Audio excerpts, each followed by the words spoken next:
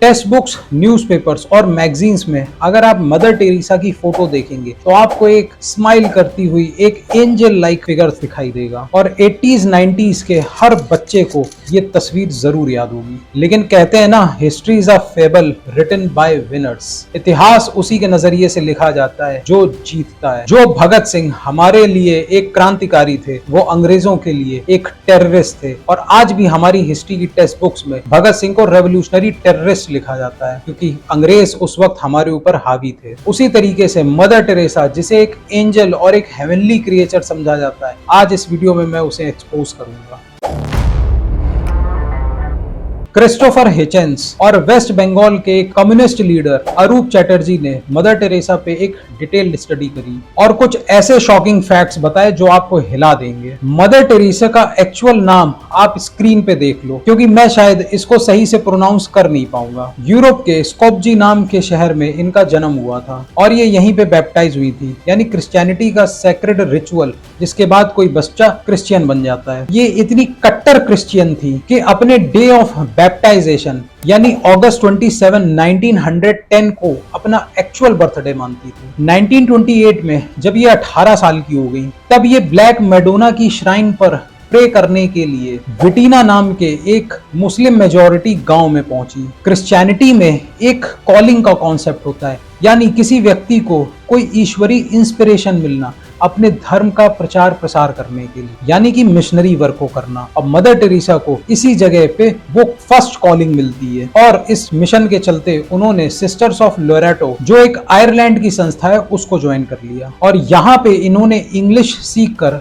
Missionary activities शुरू कर दी। उस वक्त sisters of Loreto British India में इंग्लिश में इंस्ट्रक्शंस देते थे और 19 साल की उम्र में 1921 में मदर टेरेसा इंडिया आ जाती हैं आयरलैंड से अपने मिशनरी वर्क को शुरू करने के लिए। और सबसे पहले वो दार्जिलिंग जाती हैं और वहां पे सेंट टेरेसा स्कूल में बंगाली सीखती हैं। मई 1931 में मदर टेरेसा एक नन बनकर रिलीजियस वाउज लेती हैं, यानी कि धार्मिक वचन, और उन्होंने रोमन कैथोलिक प्रिंसिपल्स का पालन करना शुरू कर दिया और साथ में क्रिश्चियनिटी का प्रचार प्रसार करने लगी।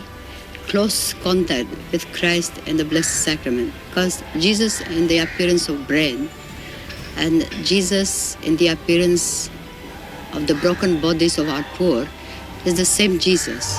रिलीजियस वॉज लेने के 6 साल बाद 1937 में मदर टेरेसा सोलेन वॉज लेती हैं, यानी कि अब वो प्रॉपर्टी ओन नहीं करेंगी और कभी शादी नहीं करेंगी। अब उन्होंने लोरेटो स्कूल में एज अ टीचर पढ़ाया और 1944 में वहां की हेड मिस्ट्रेस भी बन गई और 1946 में जब जिन्ना ने डायरेक्ट एक्शन डे का कॉल दिया था हिंदूज का जेनोसाइड करने के लिए, तो इसका प्रभाव मदर टेरेसा पे बहुत ज्यादा पड़ा। 1946 में जब मदर टेरेसा दार्जिलिंग जा रही थी तब ट्रेन में उन्हें सेकंड कॉलिंग मिलती है, यानी कि अब वो जीसस के लिए इंडिया में गरीबों की सेवा करेंगी और 1948 में उन्होंने मिशनरी सर्विसेज शुरू कर दी। 1950 में mother Teresa missionaries of charity नाम का एक कैथोलिक संस्था शुरू करती हैं और उन्होंने white sari with blue borders का एक पोशाक अपनी यूनिफॉर्म के रूप में फाइनल किया। उन्होंने होली फैमिली हॉस्पिटल में मेडिकल ट्रीटमेंट की ट्रेनिंग ली और वो इस तरीके से इंडिया में अपना काम करती रही। 1979 में उन्हें नोबेल पीस प्राइज भी मिला। हर कोई उन्हें गॉड्स एंजल समझता था। All our works are done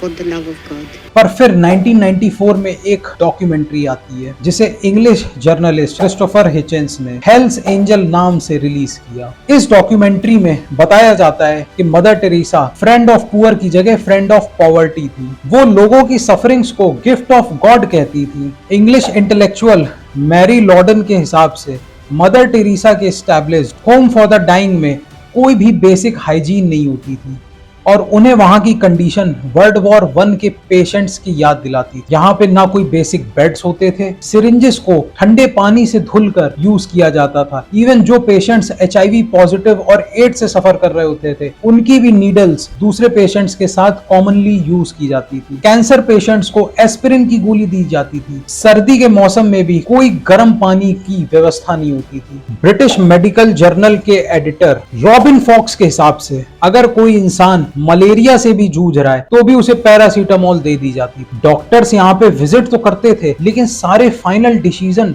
यहाँ की नन लेती थी। मदर टेरेसा को वर्ल्ड वाइड $30 मिलियन का चंदा मिला था, लेकिन इस चंदे का सिर्फ 7% यूज किया गया। बाकी बचा हुआ पैसा आखिर गया कहां, इसका कोई रिकॉर्ड नहीं है। अब ये $30 मिलियन का फिगर इतना बड़ा है कि अगर ये सारा पैसा एक साथ निकाल दिया जाता तो वेटिकन बैंक कोलैप्स कर जाता। जियान ल्यूगी न्यूजी की बुक ओरिजिनल सिन के हिसाब से mother Teresa practically Vatican bank को चला रही थी, लेकिन उस पैसे का कहां हिसाब किताब हुआ उसकी किसी को कोई जानकारी नहीं है। उनकी सक्सेसर सिस्टर निर्मला जोशी को भी नहीं। सिस्टर निर्मला जोशी से जब सारे अकाउंटिंग के बारे में पूछा गया तो उन्होंने सिर्फ ये जवाब दिया, only Christ knows, he is our banker. इनके सेटलमेंट्स में पैर का एम्प्यूटेशन भी किया जाता था तो बिना एनेस्थीसिया दिए किया जाता था। और इनको चंदा देने वाले ऐसे ऐसे फ्रॉडस्टर्स लोग थे, जैसे फॉर इंस्टेंस अल्बेनिया देश का former prime minister Enver Hoxha. अब ये आदमी अपने ऑफिशियल पोजीशन का ऐसा मिसयूज करता था कि जब रमजान महीना होता था और लोगों को फास्ट करना होता था, पानी भी नहीं पीना होता था, तब ये गरीबों में खाना बंटवाता था और उन्हें शराब ऑफर करता था ताकि लोग रमजान के फास्ट को ऑब्जर्व ना कर सके। और ऐसे में अगर कोई मुसलमान मील्स को रिफ्यूज करता था तो ये इतना कट्टर ईसाई था, ये उसे एंटी नेशनल घोषित कर देता था। और रमजान के महीने में भी मीट ऑफर होता था सुअर का, पोर्क, जो कि इस्लाम में हराम है। एक और डोनर था रॉबर्ट मैक्सवेल, जिसने अपने ही एम्प्लॉइज के साथ $450 मिलियन का फ्रॉड किया था। चार्ल्स कीटिंग, जिसे बैंक्रप्सी और फ्रॉड के चलते कन्विक्ट किया गया था, उसने मदर टेरेसा को प्राइवेट जेट ऑफर किया हुआ था। डेथ बेड पे लोगों का फ्रॉडुलेंटली बैप्टाइजेशन होता था। नन्स पेशेंट को कहती थी कि वो सिर्फ एक गीली पट्टी माथे पे रख रही हैं, जबकि एक्चुअल में फ्रॉडुलेंटली बैप्टाइजेशन होता था और उन पेशेंट्स को क्रिश्चियनिटी में कन्वर्ट किया जा रहा था। Not one has died without receiving a special ticket for St. Peter, we call it. Because St. Peter will not let them go in. So we call baptism ticket for St. Peter. We ask the person, do you want a blessing by which your sins will be forgiven and you will see God? And they have never refused. So 29,000 have died in that one house from the time we began the work in 1952. But it's so beautiful to see the people die. और बंगाल की मोनिका बेसरा के अनुसार उनके पेट में एक 10 inch का tumour था, लेकिन उन्हें मदर टेरेसा की फोटो से कुछ लाइट बाहर निकलती हुई दिखाई दी और जिससे उनका ये ट्यूमर सही हो गया। अब ऐसे फ्रॉडुलेंट केसेस को ना तो मीडिया ने एक्सपोज किया और ना ही किसी मेन स्ट्रीम बुक्स में इसका जिक्र हुआ। अरूप चैटर्जी की किताब mother Teresa the untold story में ये बताया गया है कि मदर टेरेसा ने फ्रॉडुलेंटली 29,000 लोगों को क्रिश्चियनिटी में कन्वर्ट किया। और जब उनसे पूछा गया तो उन्होंने कहा कि वो एक सोशल वर्कर नहीं है, वो जो भी काम करती हैं वो गॉड के लिए करती हैं, अपने क्राइस्ट के लिए करती हैं और चर्च के लिए करती हैं। अरूप चैटर्जी ने मदर टेरेसा को एक नंबर का हिपोक्रेट कहा है, यानी उनका दोगलापन ऐसा था कि जब उन्हें खुद का हार्ट ट्रीटमेंट लेना था तो वो कोलकाता के सबसे बेस्ट कार्डियोलॉजिस्ट के पास गई और सबसे एडवांस ट्रीटमेंट लिया, लेकिन जब उनके अपने सेंटर में कोई हार्ट पेशेंट आता था तब वो उन्हें एक बहुत ही बेसिक सा ट्रीटमेंट देती थी। 1994 में उन्होंने डोनाल्ड मैकवेस नाम के एक प्रीस्ट को सपोर्ट किया। अब ये आदमी एक paedophile,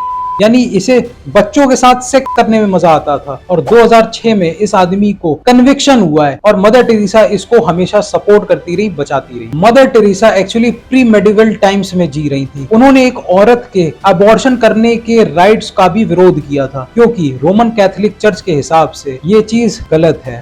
Abortion has become the greatest destroyer of peace because it destroys the presence of God. Mother Teresa ने कॉन्ट्रासेप्टिव्स के यूज पर भी विरोध जताया था, क्योंकि उनके हिसाब से क्रिश्चियनिटी में ये चीज गलत है। एक ऑस्ट्रेलियन फेमिनिस्ट जर्मेन ग्रीर ने उन्हें एक रिलीजियस इंपीरियलिस्ट तक कहा है, जो जीसस के नाम पर पुअर वल्नरेबल सेक्शन का शिकार करती। और 2021 में न्यूयॉर्क टाइम्स में ओपिनियन कॉलमिस्ट मिशेल गोल्डबर्ग ने मदर टेरेसा के कामों को क्रिटिसाइज करते हुए एक आर्टिकल लिखा है। उन्हें हैटी देश के डिक्टेटर फ्रैंकोइस डुवालर से भी सपोर्ट मिलता रहा है और जब उन्होंने हैटी के शहर पोर्ट ओ प्रिंस में मिशनरीज ऑफ चैरिटी चैरिटी का एक ऑफिस खोला था, तब इस डिक्टेटर की बहू मिशेल बेनेट वहां पे मौजूद थी। इनफैक्ट मदर टेरेसा ने 1975 में जब इंदिरा गांधी ने इमरजेंसी लगाई थी तब उसको भी सपोर्ट किया था। अब मदर टेरेसा के फ्रॉड पे मैंने जो बताया है उसमें अगर आपको कुछ भी झूठ लग रहा है तो आप उसको जाके गूगल पे सर्च कर सकते हैं। अब मैंने जिसको अभी एक्सपोज किया उसको आप क्रिश्चियन बाबा कह लो या दादी कह लो, लेकिन एक और बाबा जी हैं बागेश्वर धाम, उनको मैंने एक अलग वीडियो में एक्सपोज किया है